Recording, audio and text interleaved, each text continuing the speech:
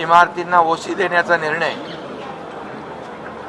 आणि गिरणी कामगारांच्या संदर्भात देखील चाळींचा जो विषय आहे तो, असे अनेक निर्णय आपण मुंबईकरांसाठी जे आतापर्यंतच्या इतिहासामध्ये मुंबईकरांसाठी वरदान ठरतील आणि पुनर्विकासाचा देखील त्यांचा मार्ग मोकळा होईल. परंतु आज देखील सिडकोचा विषय तुम्ही घेतला आहे, त्यामुळे सिडकोची जी घरं आहे त्याची EWS आणि LIGसाठी ज्या घरांच्या किमती होत्या त्या बाबतीमध्ये देखील अनेक लोकांच्या मागण्या होत्या आणि त्या बाबतीत देखील बैठका झाल्या होत्या आणि ती घरांची किमती देखील कमी करण्यासंदर्भात एक विधान परिषदेतील आमदार विक्रांत पाटील आणि शशिकांत शिंदे आणि इतर लोकांच्या बरोबर देखील चर्चा बैठक झाली होती. आणि इतरही आपल्या नागरिकांची मागणी गेल्या अनेक वर्षापासून होती की सिडकोची घरं त्याचे दर कमी करा आणि आजच्या ह्याच्यामध्ये आपण 10% त्या घरांमध्ये रकमेमध्ये सवलत देण्याचा निर्णय घेतला, जेणेकरून नव्या मुंबईमध्ये जवळपास 17,000 घरं या घरांमध्ये जे लॉटरीच्या माध्यमातून लॉटरी निघेल त्या 10% रक्कम कमी करण्याचा निर्णय आम्ही घेतला आहे. जसं आदरणीय प्रधानमंत्री महोदयांचं जे संकल्पना आहे हाऊसिंग फॉर ऑल, या संदर्भामध्ये देखील म्हणजे याचा फायदा होईल आणि लोकांना परवडणाऱ्या दरांमध्ये चांगली घरं मिळतील. त्यामुळे हा एक निर्णय लोकांसाठी फायद्याचा आहे. त्याचबरोबर आज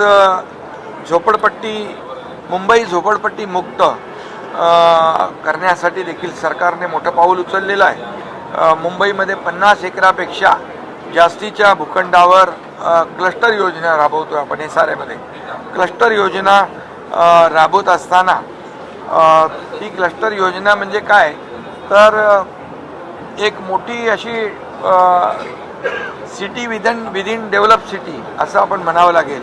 कारण मोठा एरिया आल्यामुळे मोठे रस्ते होणार, तिथे गार्डन होणार, तिथे मुलांना खेळायला बगीचा, ग्राउंड, पार्किंग, क्लब हाऊस, आरोग्याच्या सुविधा, शिक्षणाच्या सुविधा, या सगळ्या सुविधा त्यामध्ये मिळतील आणि लोकांचं जीवनमान जे आहे हे उंचावलं जाईल या क्लस्टरच्या माध्यमातून.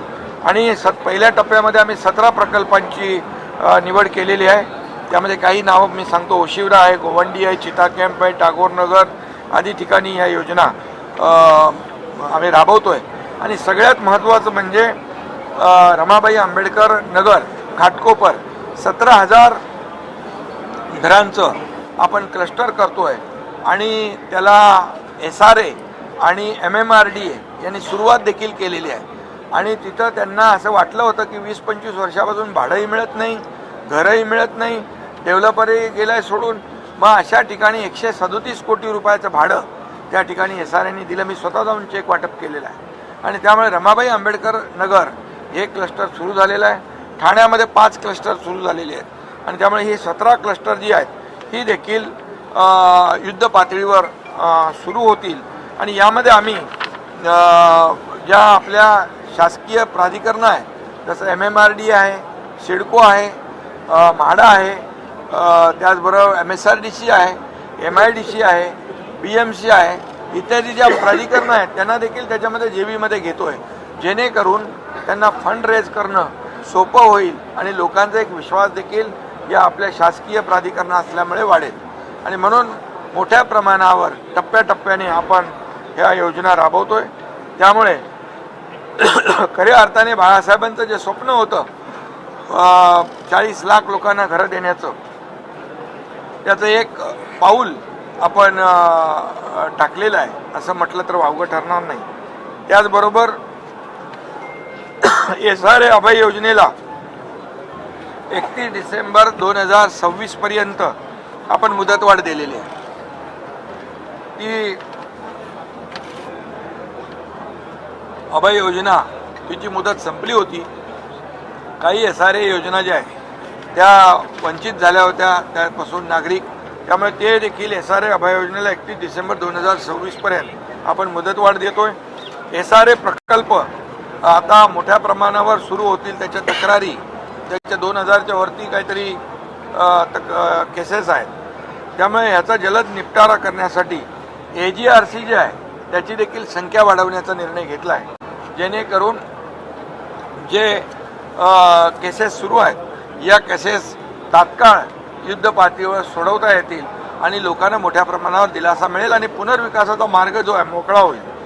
म्हाडाच्या होशीसाठी देखील अभय योजना जी होती त्याला देखील आपण 31 डिसेंबर 2026पर्यंत 1 वर्षाची मुदतवाढ दिलेली आहे. यामध्ये देखील म्हाडाचे जे रहिवासी आहेत त्यांना देखील याचा लाभ होईल. त्याचबरोबर मुंबई महापालिकेच्या लीज प्लॉटवर महापालिकेच्या कर्मचाऱ्यांची जी घरं आहेत ती घरं 83 अशा वसाहती आहेत, 83 प्लॉट आहेत आणि त्याकरिता देखील जे काय प्रीमियममध्ये सवलत देणं, इतर जे काही इन्सेंटिव्ह FSI देणं, यासाठी मुंबई महापालिका आयुक्तांना प्रस्ताव तयार करण्याच्या सूचना मी दिलेल्या आहेत, जेणेकरून सफाई कर्मचाऱ्यांच्या वसाहती आहेत, इतर कर्मचाऱ्यांच्या वसाहती आहेत, या सर्व कर्मचाऱ्यांना त्या ठिकाणी पुनर्विकासामुळे न्याय मिळेल आणि चांगली घरं मिळतील. त्याचबरोबर फनेल झोनचा जो रखडलेला प्रश्न होता, आता मुख्यमंत्री महोदयांनी खालच्या सभागृहात देखील त्याच्यावर सुतोवाच केलं होतं म्हणून निवेदनामध्ये. रखडलेल्या इमारतींचा पुनर्विकास जे फनेल झोन आहे, फनेल झोनमध्ये जी हाईट रेस्ट्रिक्शन आहे त्या हाईट रेस्ट्रिक्शनमुळे त्यांना पूर्ण FSI वापरता येत नाही आणि तो FSI वापरता न आल्यामुळे पुनर्विकासाला खीळ बसलेली आहे. आणि म्हणून या ठिकाणी जसं पुन्हा एकदा मी सांगतो, प्रधानमंत्री महोदयांचं हाऊसिंग फॉर ऑल हे जे काही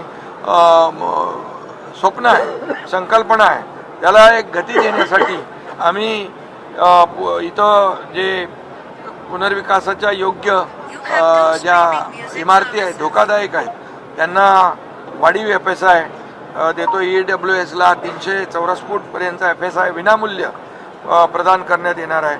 त्याचबरोबर LIGमध्ये 600 चौरस फूटपर्यंतच्या सदनिकांना पुनर्बांधणीसाठी विनाशुल्क व्हावी यासाठी देखील या योजनेमध्ये तरतूद केलेली आहे. या योजनेत खालीलप्रमाणे FSI ध्येय असणार आहे. जमीन मालक मूळ जमिनीच्या मालकी हक्का इतका बेसिक FSI त्यांना त्यांच्या मालकी हक्काच्या प्रमाणामध्ये ध्येय राहील. संरक्षित भाडेकरूंना त्याचं संरक्षित क्षेत्रा इतकं FSI किंवा 30 चौरस मीटर यापैकी जो अधिक असेल तो देण्याचा निर्णय झालेला आहे.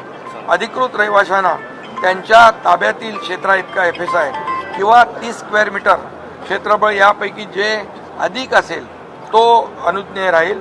आणि म्हणून EWS आणि LIG सदनिकाधारकांच्या पुनर्बांधणीसाठी आवश्यक इन्सेंटिव्ह FSI देखील त्या ठिकाणी दिला जाईल. आणि म्हणून या बाबतीत देखील नवीन योजनेमध्ये विनियोजन 33/7 33/9 या नियमांतर्गत इन्सेंटिव्ह प्रीमियम अनुषंगिक त्यांना फायदे जे आहेत ते देखील कायम राहतील. आणि त्यामुळे या ठिकाणी फनेलमध्ये जे लागू केलेले नियम आहेत तेच नियम डिफेन्ससाठी देखील डिफेन्सच्या जागेमध्ये असलेली ज्या काही इमारती आहेत, रहिवासी आहेत, त्यांना देखील या फनेल झोनच्या धोरणाचा फायदा होईल आणि त्यांचा देखील पुनर्विकासाचा मार्ग मोकळा होईल, जेणेकरून मुंबईमध्ये आता कुठल्याही इमारतींचा पुनर्विकास थांबणार नाही आणि पुनर्विकासाचे जे अडथळे होते ते आपण दूर केलेले आहेत.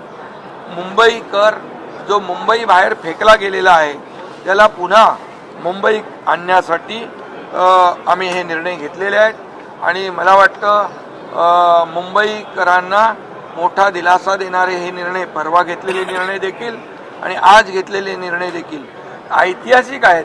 आतापर्यंतच्या इतिहासामध्ये गेल्या अनेक वर्षापासून ही जी मागणी होती मुंबईकरांची, पुनर्विकास रखडलेला आहे, इमारती पडतात, लोकांचा जीवितहानी होते आणि यासाठी या पुनर्विकास प्रकल्पांसाठी किंबहुना पुनर्विकासामध्ये असलेले अडथळे दूर करण्यासाठी सरकारने एक मोठा धोरणात्मक पाऊल उचललेला आहे. गृहनिर्माण विभाग आणि नगर विकास विभागाने, याचं मला समाधान आहे. आणि म्हणून या ठिकाणी आपण मोठ्या प्रमाणावर हे निर्णय घेतलेत. त्याचबरोबर मुबलक घरं जे PAP-साठी उपलब्ध झाली पाहिजे, प्रोजेक्ट अफेक्टेड पर्सनसाठी, म्हणजे रस्ते आहेत, भुयारी गटार योजना आहे, फ्लायओव्हर आहेत, इतर जे काही प्रकल्प आपल्याला मुंबईत करायचे आहेत, पण त्यासाठी हाऊसिंग स्टॉक पाहिजे. आणि म्हणून हाऊसिंग स्टॉक वाढवण्यासाठी देखील आपण प्रयत्न करतोय. जे PAP-ची घरं काही ठिकाणी विकासकांकडे आहेत, ती देखील आपल्याकडे ताब्यात घेतली जातील. आणि नवीन हाऊसिंग स्टॉक जो आहे या विविध माध्यमातून आपण तो देखील हाऊसिंग स्टॉक उपलब्ध करून घेतल्यामुळे हाऊसिंग बँक एक प्रकारची आपण तयार करतोय, जेणेकरून पुनर्वसनासाठी कुठेही घर कमी त्यांना घराची अडचण भासणार नाही. हा देखील एक मोठा निर्णय आपण घेतलेला आहे. आणि त्याचबरोबर एक खारफुटीचं संरक्षण जे आहे, मँग्रोवर देखील गेले अनेक वर्षापासून चर्चा होती की मँग्रोबद्दल कुठलंही धोरण सध्या तरी नाही आहे. आणि त्यामुळे मँग्रोची मोठ्या प्रमाणावर कत्तल होते आणि मोठ्या प्रमाणावर त्या ठिकाणी कत्तल झाल्यामुळे पर्यावरणाचा देखील ऱ्हास होतो. आणि म्हणूनच या आज जे मालकी हक्काचे मँग्रोव ज्याच्यावर आहेत त्यांना कुठलंही धोरण नसल्यामुळे ते मँग्रोव जे आहेत ते त्याच्यावर मँग्रोव डिस्ट्रॉय होतात आणि काही वेळा त्यावर भराव टाकून अनधिकृत बांधकामं देखील होतात. आणि म्हणून मँग्रोव प्रोटेक्ट करणं, मँग्रोव पार्क तयार करणं यासाठी देखील एक धोरण आम्ही आणतोय ग्रीन TDRचं. आणि त्यामुळे कांदळवनाचं संरक्षण होईल आणि किनारपट्टीचं नैसर्गिक संरक्षण त्यामुळे होईल, चक्रीवादळ सुनामीपासून त्याचा बचाव होईल, जैवविविधतेचं संवर्धन होईल, कार्बन या ठिकाणी शोषून घेतला जातो त्यामुळे हवामान बदलावर कंट्रोल येईल, ऑक्सिजन त्यामुळे जादा मिळेल, मासेमारीसाठी देखील उपयुक्त ठरेल आणि मोठ्या प्रमाणावर काही ठिकाणी वनौषधी देखील त्याच्यामध्ये आहेत. आणि म्हणून कांदळवन सफारी असेल किंबहुना कांदळवनाचं जे आहे मँग्रोव पार्क आपल्याला त्या माध्यमातून करता येईल. हे देखील धोरण आम्ही त्या ठिकाणी आणतो, जेणेकरून पर्यावरणचा समतोल राखला जाईल आणि त्याचा फायदा. तर मुंबईमध्ये समूह पुनर्विकासासाठी पुढाकार घेतला जाणार आहे. महायुती सरकारकडून सिडकोची घरं स्वस्त करण्याकरता प्रयत्न असेल असं देखील एकनाथ शिंदेंनी म्हटलंय.